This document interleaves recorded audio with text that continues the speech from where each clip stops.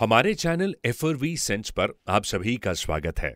हर हफ्ते श्रीमद् भगवद गीता के चैप्टर्स का सिंपल और सरल अनुवाद यानी ट्रांसलेशन करने का हम एक छोटा सा प्रयास करते हैं। ये है एपिसोड 41, अध्याय 6, आत्म संयम योग। योग के अभ्यास के लिए मनुष्य को चाहिए कि वो एक एकांत स्थान में पवित्र भूमि पर कुशा बिछा दे और फिर उसे मृगचाला से ढके तथा ऊपर से मुलायम वस्त्र बिछा दे। आसन ना तो बहुत ऊंचा और ना ही बहुत नीचा हो। योगी को चाहिए कि उस पर दृढ़तापूर्वक वो बैठ जाए और मन, इंद्रियों तथा कर्मों को वश में करते हुए तथा मन को एक बिंदु पर स्थिर करते अंतकरण की शुद्धि के लिए योग का अभ्यास करना चाहिए। योग के अभ्यास के लिए मनुष्य को अपने शरीर, गर्दन तथा सिर को सीधा रखकर नाक के आगे के सिर पर दृष्टि स्थित करके इधर उधर अन्य दिशाओं को ना देखते हुए बिना किसी भय से इंद्रिय विषयों से मुक्त ब्रह्मचार्य व्रत में स्थित मन को भली भांति शांत करके मुझे अपना लक्ष्य बनाकर मेरा ही आश्रय होकर अपने मन को मुझ में स्थिर करके मनुष्य को अपने हृदय में मेरा ही चिंतन करना चाहिए। श्री कृष्ण ही जीवन का परम लक्ष्य है और प्रत्येक हृदय में स्थित विष्णु मूर्ति ही हमारा परम लक्ष्य होना चाहिए।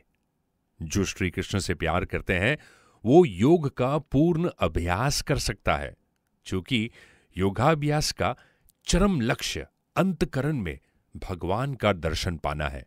अतः ऐसा व्यक्ति समस्त योगियों में श्रेष्ठ माना जाता है।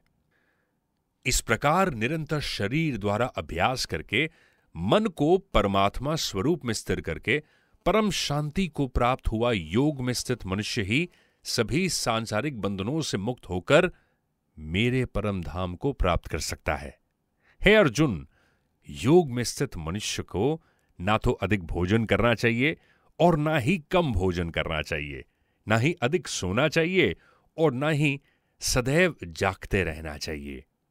नियमित भोजन करने वाला, नियमित चलने वाला, नियमित जीवन निर्वाह के लिए कार्य करने वाला और नियमित सोने वाला योग में स्थित मनुष्य सभी सांसारिक कष्टों से मुक्त हो जाता है। जो व्यक्ति आवश्यकता से अधिक खाता है वो सोते समय अनेक सपने देखेगा, अतः आवश्यकता से अधिक सपने देखेगा। मनुष्य को प्रतिदिन 6 घंटे से अधिक नहीं सोना चाहिए। अधिक सोने वाला व्यक्ति तमोगुनी होता है। ऐसा व्यक्ति योग नहीं साध सकता। हमारे पास 24 घंटे हैं और हमारे सामने 4 काम हैं।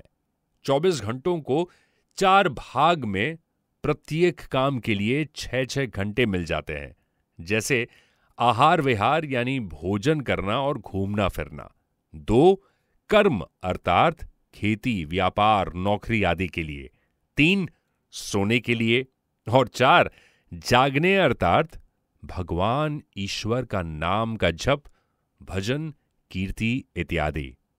योग में स्थित मनुष्य का योग के अभ्यास द्वारा विशेष रूप से मन जब आत्मा में स्थित परमात्मा में ही विलीन हो जाता है, तब वो सभी प्रकार की सांसारिक इच्छाओं से मुक्त हो जाता है। उस समय वो पूर्ण रूप से योग में स्थिर कहा जाता है। उदाहरण के लिए, जिस प्रकार बिना हवा वाले स्थान में दीपक की लौ बिना इधर उधर हुए स्थिर रहती है, उसी प्रकार योग में स्थित मनुष्य का मन निरंतर आत्मा में स्थित परमात्मा में स्थिर रहता है।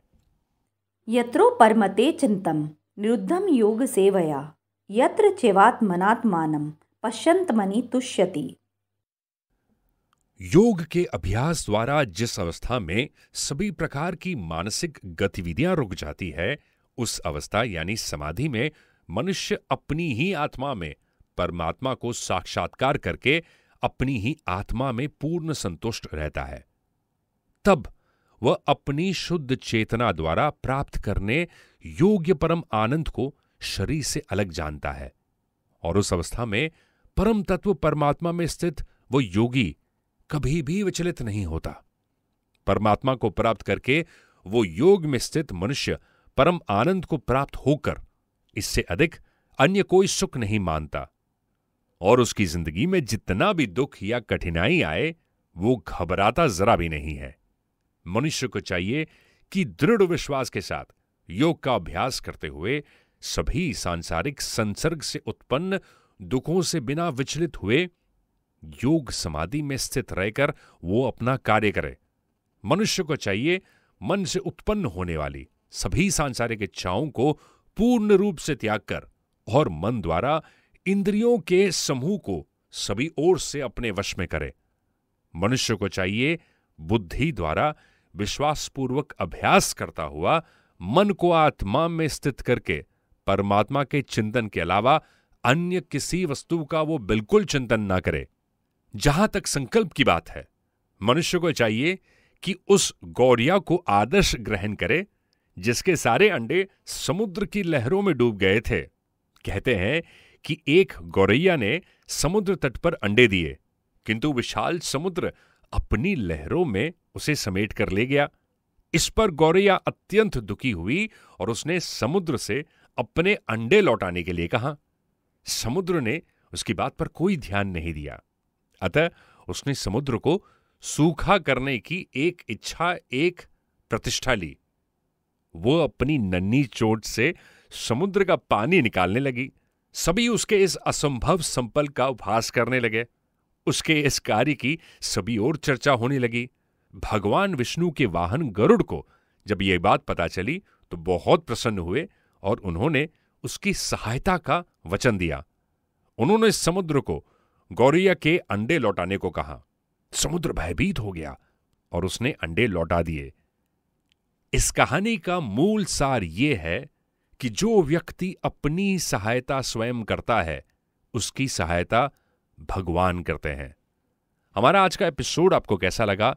लाइक, कमेंट और सब्सक्राइब करना ना भूलें हमारे चैनल को। हम हर हफ्ते यहां पर श्रीमद् भगवद गीता के चैप्टर्स का सिंपल, सहज ट्रांसलेशन आपके लिए लेकर आते हैं। अपने सोशल मीडिया प्लेटफॉर्म्स पर या व्हाट्सएप के जरिए इस लिंक को अपने दोस्तों के साथ जरूर शेयर करें। जय श्री कृष्ण।